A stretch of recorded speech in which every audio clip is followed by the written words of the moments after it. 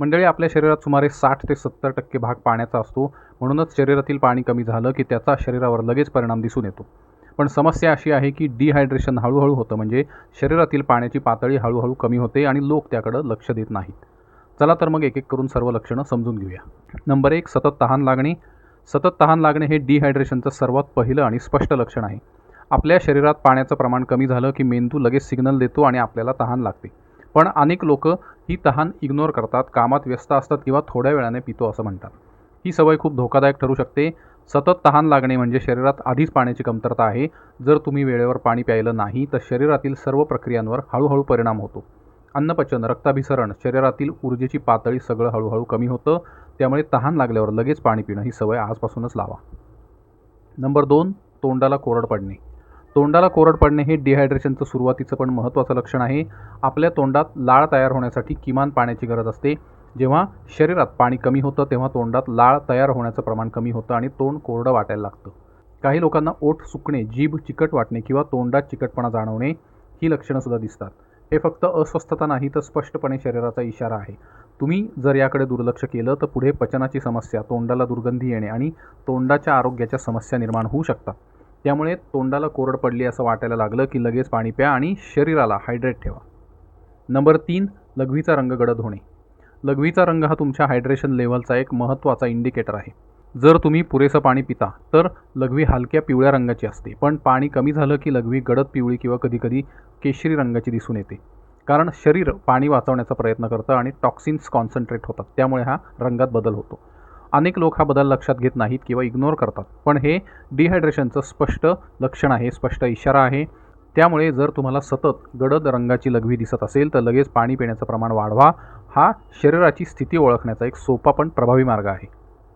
Number 4, लघवी कमी होणं. लघवी कमी होणे हे डिहायड्रेशनचं एक गंभीर लक्षण आहे. शरीरात पाणी कमी झालं की शरीर सर्वायवल मोडमध्ये जातं आणि पाणी वाचवण्याचा प्रयत्न करतं. त्यामुळे किडनी लघवीचं प्रमाण कमी करते. जर तुम्ही दिवसभरात खूप कमी वेळा लघवी करत असाल किंवा लघवीची मात्रा खूप कमी असेल तर हे संकेत दुर्लक्ष करू नका. याचा अर्थ तुमच्या शरीरात पाण्याची कमतरता निर्माण झाली आहे. ही अवस्था जास्त वेळ राहिली तर किडनीवर ताण येतो आणि पुढे मोठ्या समस्या निर्माण होऊ शकतात. त्यामुळे दिवसभरात लघवीचं प्रमाण किती आहे यावर लक्ष ठेवणं खूप गरजेचं आहे. नंबर 5, सतत थकवा आणि कमजोरी. पाणी हे शरीरासाठी ऊर्जेचं महत्त्वाचं साधन आहे. शरीरात पाणी कमी झालं की रक्तपुरवठा कमी होतो आणि शरीरातील पेशींना ऑक्सिजन आणि पोषण मूल्य नीट पोचत नाही. त्यामुळे तुम्हाला सतत थकवा, आळस आणि कमजोरी जाणवते. अनेक लोक हा थकवा कामामुळे किंवा झोपेच्या कमतरतेमुळे आहे असं समजतात, पण खरं कारण डिहायड्रेशन असू शकतं. जर तुम्हाला दिवसभर उत्साह वाटत नसेल तर तुमच्या शरीरात पाण्याची कमतरता आहे असं तुम्ही समजू शकता. दिवसभरात फक्त 1 ते 2 ग्लास पाणी पिणं वाढवल्यावरही तुम्हाला फरक जाणवू शकतो. नंबर 6, डोकेदुखी आणि चक्कर येणे. मेंदूला योग्य प्रकारे काम करण्यासाठी पाण्याची खूप गरज असते. शरीरात पाणी कमी झालं की मेंदूच्या पेशींवर परिणाम होतो आणि डोकेदुखी किंवा चक्कर येणं सुरू होतं. काही लोकांना अचानक चक्कर येते तर काहींना सतत डोकेदुखी जाणवते. हे डिहायड्रेशनचं सामान्य पण दुर्लक्षित केलेलं लक्षण आहे. विशेषतः उन्हाळ्यात किंवा जास्त वेळ उपाशी राहिल्यावर हा त्रास वाढतो. जर तुम्हाला वारंवार डोकेदुखी होत असेल तर औषध घेण्याआधी पाणी पिण्याचं प्रमाण वाढवून बघा. अनेक वेळा फक्त योग्य प्रमाणात पाणी पिल्यानेच हा त्रास कमी होऊ शकतो.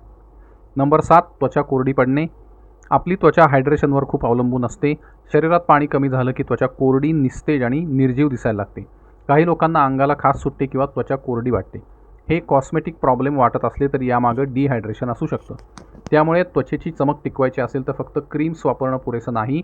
शरीराला आतून हायड्रेशन गरजेचं आहे. त्यामुळे पाणी पिणं हा सुद्धा त्वचेची काळजी घेण्याचा महत्त्वाचा भाग आहे. नंबर 8, हृदयाची गती वाढणे. डिहायड्रेशनमुळे शरीरातील रक्ताचं प्रमाण कमी होतं, रक्त घट्ट होतं. यामुळे हृदयाला शरीरात रक्त पुरवण्यासाठी जास्त मेहनत करावी लागते. परिणामी हार्ट रेट वाढतो. काही लोकांना हृदयाची धडधड जास्त जाणवते. हे लक्षण गंभीर असू शकतं, विशेषतः जर तुम्हाला आधीच BP किंवा हार्ट संबंधी प्रॉब्लेम असेल. त्यामुळे हृदयाची धडधड अचानक वाढल्यास कदाचित शरीरात पाण्याची कमतरता असू शकते. नंबर 9, बद्धकोष्ठता. पाणी अन्नपचनासाठी खूप महत्त्वाचं आहे. जेव्हा शरीरात पाणी कमी असतं तेव्हा आतडी पाणी शोषून घेतात आणि विष्ठा घट्ट होते. त्यामुळे बद्धकोष्ठता किंवा कॉन्स्टिपेशनचा त्रास सुरू होतो. अनेक जण औषधं घेतात पण पाणी पिण्याकडे लक्ष देत नाही. ही सर्वात मोठी चूक आहे. योग्य हायड्रेशन ठेवल्यास डायजेशन म्हणजे पचन सुधारतं आणि बद्धकोष्ठता नैसर्गिकरित्या कमी होते. नंबर 10, चिडचिड आणि मूड बदलणे. हे ऐकून आश्चर्य वाटेल पण डिहायड्रेशन तुमच्या मूडवरही परिणाम करतं. पाणी कमी झालं की मेंदूच्या कार्यात अडथळा येतो आणि चिडचिड, चिंता वाढणे आणि कामातील लक्ष कमी होणे अशी लक्षणं दिसायला लागतात. काही लोकांना लहान लहान गोष्टींनी सुद्धा राग येतो. जर तुमचा मूड वारंवार बदलत असेल तर हायड्रेशन चेक करा, कारण कधीकधी उपाय इतका सोपा असतो की फक्त पाणी पिण्याचं प्रमाण वाढवल्यामुळे सुद्धा हा प्रॉब्लेम सुटू शकतो. मात्र तुम्ही या लक्षणांकडे सतत दुर्लक्ष केलं तर त्याचे काही गंभीर परिणाम होऊ शकतात, जसं किडनी संबंधी प्रॉब्लेम्स, लो BP, उष्माघात अशा प्रकारचे प्रॉब्लेम्स तुम्हाला डिहायड्रेशनमुळे सुद्धा दिसू शकतात. त्यामुळं शरीरातील पाणी कमी होऊ नये म्हणून खालील उपाय नक्की करा. दिवसाला 7 ते 8 ग्लास पाणी प्या, यापेक्षा जास्त प्यायलं तरी चांगलं. आवश्यक वाटल्यास उन्हाळ्यात ORS किंवा लिंबू पाणी घ्या. काकडी, कलिंगड अशी फळं खा जी पाण्याने समृद्ध असतात. चहा, कॉफीचं सेवन कमी करा, जे शरीरातील पाणी शोषून घेतात. आणि बाहेर जाताना पाणी सोबत ठेवा, म्हणजे गरज वाटल्यास पिता येईल. तर मंडळी, आज इथंच थांबूया. जर तुम्हाला ही माहिती उपयुक्त आहे असं वाटत असेल तर हा व्हिडिओ नक्की लाईक करा आणि अशाच आरोग्य टिप्ससाठी चॅनेल सबस्क्राईब करा. हा व्हिडिओ तुमच्या मित्रांना नक्की शेअर करा. आणि एक महत्त्वाचा प्रश्न, तुम्ही दिवसाला किती पाणी पिता? कमेंट्समध्ये नक्की सांगा. धन्यवाद.